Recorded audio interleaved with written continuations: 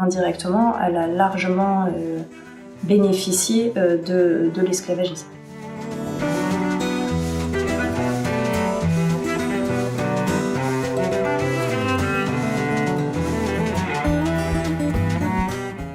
L'âge d'or du port de Bordeaux est incontestablement au XVIIIe siècle. Bordeaux était le port le plus important de France. Bordeaux a participé directement à la traite négrière en armant un certain nombre de navires pour l'Afrique qui partaient ensuite vers les Antilles. Bordeaux était loin d'être le port qui, en France, a le plus participé à la traite négrière.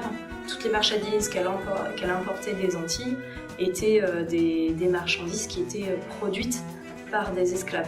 Donc, indirectement, elle a largement bénéficié de l'esclavagisme. Les familles les plus riches de Bordeaux sont des négociants et c'est un groupe très endogame, donc on se marie entre négociants.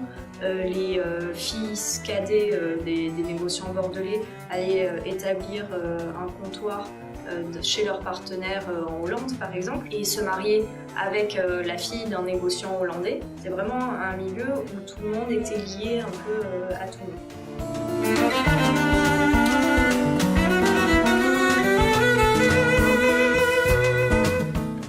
Va se développer l'importation de services de porcelaine, les épices vont faire leur apparition en cuisine, ça va être la prise de collation avec ce café, ce thé, la naissance des cafés français, c'est cette époque-là. Une mode intéressante, c'est celle du mouchoir de Madras, qui est donc un mouchoir, un tissu qui est fabriqué en Inde, qui était importé dans les Antilles, et qui était porté là-bas par les créoles. Ça va être dans la région bordelaise qu'on va avoir des fichus en tissu de Madras, et ça durant tout le 19e siècle, c'est une mode qui va perdurer.